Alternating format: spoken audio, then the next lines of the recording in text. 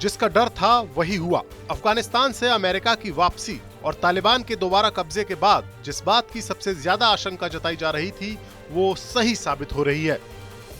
अफगानिस्तान की धरती पर आतंकवादी संगठनों के ट्रेनिंग कैंप्स फिर से एक्टिव हो गए हैं और ये बात भारत के लिए बड़े खतरे की घंटी है, क्योंकि जो ट्रेनिंग कैंप्स अब तालिबानी शासन के बीच अफगानिस्तान में काम कर रहे हैं उनमें पाकिस्तान के खड़े किए लश्कर-ए-तैयबा और जैश-ए-मोहम्मद जैसे संगठन शामिल हैं।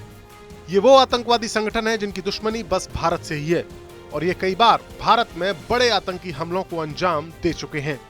हालांकि अफगानिस्तान पर दोबारा कब्जा करने के बाद तालिबान ने वादा किया था कि उसकी जमीन को आतंकवाद के लिए इस्तेमाल नहीं होने दिया जाएगा, लेकिन ये दावा खोखला निकला और तालिबान की इस वादा खिलाफी का खुलासा किया है संयुक्त राष्ट्र संघ की एक मॉनिटरिंग ग्रुप की रिपोर्ट ने, जिसमें कहा गया है कि अफगानिस्तान में अल-कायदा और जैश-ए-मोहम्मद जैसे संगठन फिर से एक्टिव हो गए हैं। रिपोर्ट के मुताबिक अफगानिस्तान के गजनी, हैमलैंड और कांधार जैसे इलाकों में अल-कायदा के 400 के आसपास लड़ाके मौजूद हैं, जिनमें बांग्लादेश, भारत, म्यांमार और पाकिस्तान के नागरिक शामिल हैं।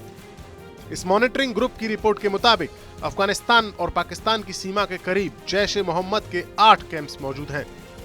यही नहीं, इस साल जनवरी में इनमें से एक ट्रेनिंग कैंप में तो तालिबान का एक डेलीगेशन भी पहुंचा था। दरअसल जैश-ए-मोहम्मद देवबंद विचारधारा का संगठन है जो तालिबान की विचारधारा के करीब है। जैश-ए-मोहम्मद का मुखिया मसूद अजहर है, जिसने अफगानिस्तान में अपने संगठन की कमान राजी रमजान को सौंपी है। पाकिस्तान के इस खूंखार आतंकवादी संगठन की अफगानिस्तान में मौजूदगी भारत के लिए परेशानी का सबब है, क्योंकि जैश-ए-मोहम्मद का सबसे बड़ा दुश्मन भारत ही है और इसके कैंप्स के अफगानिस्तान में होने के चलते इस संगठन को पालने पोसने वाला पाकिस्तान इंटरनेशनल बिरादरी के दबाव से भी बच सकता है। भारत को भी इस खतरे का पूरा आभास है और अफगानिस्तान पर अपने प्रभाव को बढ़ाने के लिए भारत के एनएसए अजीत डोभाल ने हाल ही में ताजिकिस्तान में हुई एक बड़ी मीटिंग में चीन और रूस जैसे बड़े देशों के नुमाइंदों के सामने यह ऐलान किया था कि भारत को अफगानिस्तान से बाहर करना किसी भी देश के लिए मुमकिन नहीं है। जाहिर है भारत पाकिस्तान को यह संदेश देना चाहता है कि अफगानिस्तान की आड़ में पाकिस्तान भारत के खिलाफ आतंकवाद का खेल नहीं खेल सकता।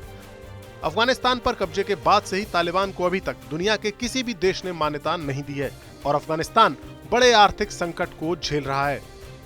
ऐसे में तालिबान की कोशिश है कि उनकी सरकार को मान्यता मिल जाए, लेकिन अब संयुक्त राष्ट्र संघ के मॉनिटरिंग ग्रुप की इस रिपोर्ट ने तालिबान का असली चेहरा सामने ला दिया है। खास बात यह है कि ये रिपोर्ट यूएन सिक्योरिटी काउंसिल की सैंक्शंस कमेटी को सौंपी गई है, जिसकी अध्यक्षता इस वक्त भारत के पास है और इसके उपाध्यक्ष रूस और यूएई हैं। ऐसे में सुरक्षा परिषद को सौंपी गई ये रिपोर्ट तालिबान के लिए बड़ी परेशानी तो खड़ी करेगी ही, साथ ही भारत के पास भी पाकिस्तान और तालिबान के इस नेक्सस को बेनकाब करने का बड़ा मौका होगा।